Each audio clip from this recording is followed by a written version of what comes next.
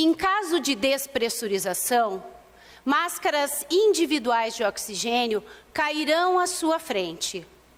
Se você estiver acompanhado de outras pessoas, primeiro coloque a máscara em você, depois ajude outras pessoas. Talvez aqui alguém ainda não tenha voado de avião, mas é isso que a aeromoça diz pouquinho antes da gente decolar. O que isso parece para vocês? Primeiro você, depois os outros. Talvez vocês estejam pensando que isso é um tanto quanto egoísta. É isso? Alguns pensaram isso por aí? A sabedoria ancestral do budismo tibetano nos ensina que primeiro a gente precisa cuidar da gente, para depois a gente poder cuidar dos outros. Faz sentido?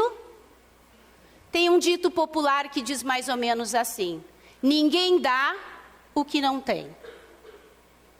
Assim, para a gente poder cuidar da gente mesmo, a gente precisa olhar. Olhar para quem?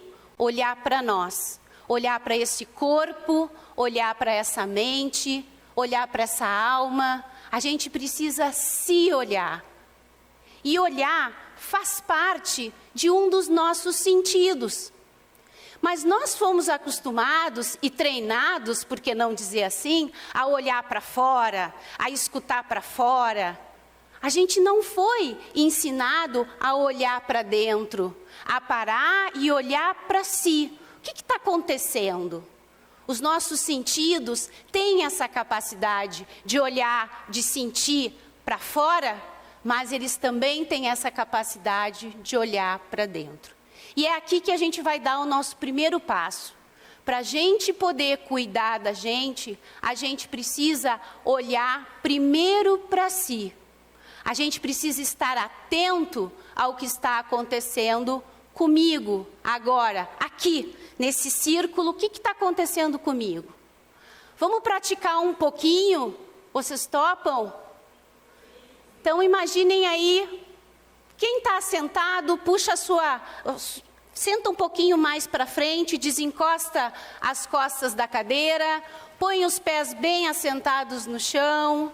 A coluna está reta, mas não está rígida. Fecha os olhos. Fecha os olhos.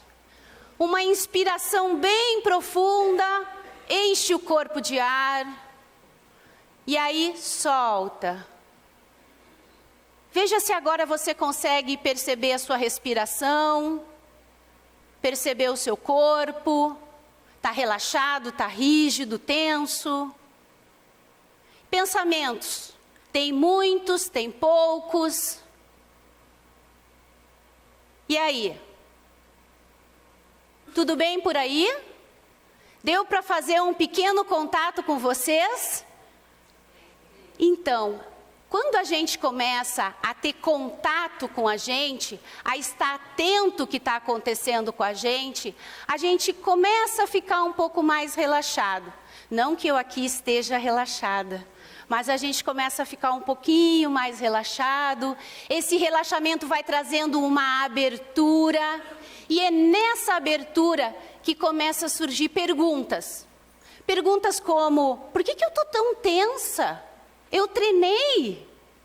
Por que eu estou com tantos pensamentos negativos? Tem tantas coisas boas que acontecem na minha vida. Será que eu consigo ouvir as batidas do meu coração? Vocês conseguem ouvir as batidas do coração de vocês? Então esse é o desafio de estar atento. E quando essas perguntas começam a surgir, é o sinal de que a gente está mais atento conosco, de que nós estamos mais interessados por nós mesmos. É como se fosse um genuíno interesse amoroso e cuidadoso pela nossa experiência, pelo nosso corpo e pela nossa mente. Mas será que estar atento ao que está acontecendo com a gente é o suficiente para transformar o que a gente quer transformar? Essa pergunta, ela vai nos direcionando para outros desafios. Porque ficar atento ao que está acontecendo com a gente precisa dar um próximo passo, que é estar consciente do que acontece com a gente. Mais do que estar atento é ter consciência do que está acontecendo no corpo e na mente aqui e agora. As minhas negatividades, as minhas positividades, o que eu gosto, o que eu acho bom, o que eu não acho. Mas é muito difícil, né? Ficar com as coisas que a gente não gosta. Eu costumo dizer que quando a gente não gosta de alguma coisa, o que a gente quer ver é esse sofrimento longe da gente. A gente quer se afastar do sofrimento. E se tiver um remedinho, então, melhor ainda, né? Rapidinho a gente vai tomar. Mas a gente precisa ficar com os nossos sentimentos, as nossas sensações negativas. E aí eu vou contar uma história para vocês da flor de lótus. Talvez muitos de vocês aqui já conheçam, mas a flor de lótus, ela nasce da lama e é na lama que ela manifesta a sua pura beleza. Então, mais ou menos por aí. Será que é possível a gente ficar com as nossas negatividades, o nosso sofrimento e transformar ele numa pura beleza? Fazer florescer o nosso potencial humano? Fazer com que o desenvolvimento humano aconteça nutrido por sofrimento? Cláudia, tu tá de brincadeira, né? Tu tá de brincadeira agora comigo. E aí eu vou trazer uma outra passagem muito bonita da história do Buda Shakyamuni. O Buda, aquele príncipe que recusou o reinado e foi em busca da verdade do sofrimento. Tem um determinado momento na passagem dele, né, na busca pela iluminação, que aqueles que não querem muito o caminho da iluminação, lançam flechas na direção dele. Só que quando essas flechas começam a chegar, elas se transformam em flor de lótus.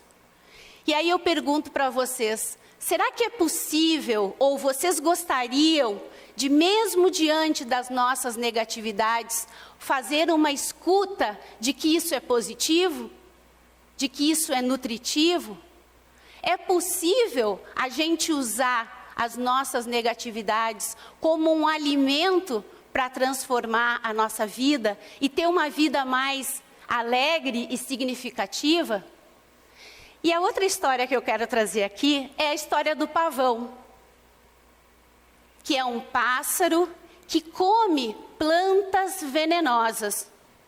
Só que as toxinas dessas plantas, sabem o que ele faz? Ele transforma em cores para a sua plumagem. E mais do que isso, ele não se envenena. Essas histórias que eu estou trazendo aqui são histórias que pegaram o sofrimento e transformaram em algo positivo. Em amor, em compaixão conosco mesmo e com os outros. Elas nos ensinam que isso é possível, mas para isso a gente precisa estar atento, estar consciente, e o nosso terceiro passo é oferecer cuidado. Quando a gente está diante das nossas negatividades, daquilo que nos desacomoda, o que a gente precisa é oferecer gestos gentis e amorosos para nós mesmos. É cuidar das nossas lamas internas e oferecer esse cuidado, a nossa generosidade. Porque quanto mais próximo do nosso sofrimento nós estamos, tão mais próximo dos outros nós vamos estar. E é aí que nasce algo muito lindo da condição humana, que é a compaixão. Então, o que eu estou propondo aqui para nós, nesse dia de hoje, é que a gente não rejeite mais o nosso sofrimento, mas que nós possamos estar atentos, conscientes e oferecer cuidado ao sofrimento. Porque o sofrimento se transforma em amor, em compaixão e generosidade. E foi exatamente esse o caminho de oferecer cuidado, de oferecer gentileza, de oferecer amor, que começou a nascer algo muito interessante na minha vida, que foi o autorrespeito e o respeito, o amor incondicional comigo, eu sou a minha melhor amiga, o perdão e o auto-perdão, e a coragem para estar aqui, a coragem para ir adiante, a coragem para lidar com os padrões emocionais negativos que tantas vezes nos colocam para baixo. Só que eles são alimento. Então, essa é a nossa transformação profunda que precisamos fazer. Não mais rejeitar o sofrimento. Traz ele para perto, vamos oferecer cuidado. Esse é o nosso grande desafio. E aí, quando isso começou a acontecer na minha vida, eu comecei a entender melhor sobre esse negócio de ser humano. Foi aí que eu consegui expressar mais a beleza e o potencial de ser humano. Obrigada.